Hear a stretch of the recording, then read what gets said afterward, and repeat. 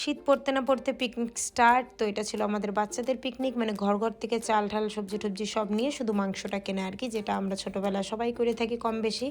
আমরা এখনও করি আমাদের বাড়িতে, যেহেতু অনেক বাচ্চা। তো উনান আমাদের এদিকে রেডি, একটু পরে উনানটা জ্বালাবো। চলো এদিকে এক এক করে রেডি করা যাক। বৌদিকে দিয়েছিলাম মাংস ধুতে, আর আমি এদিকে সব কাটাকাটি করতেছিলাম। আর এগুলো কিন্তু সব ঘর ঘর থেকে নেওয়াই ছিল, একটা জিনিসও কেনা ছিল না।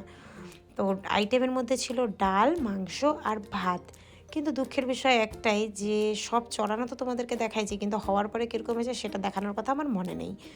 কারণ ওই যে একটু এক্সাইটমেন্ট, ফার্স্ট পিকনিক ছিল যেহেতু আমাদের বাড়িতে এই বছরের। তো আমাদের ডাল হয়ে আসছে, আর এখন বসায় দিয়েছি হচ্ছে আলু ভাজা, এটা মাংসের জন্য। মাংসটা এদিকে হয়ে যাবে। এটা তো বললামই আমি যে দেখানোর কথা আমার মনে নেই।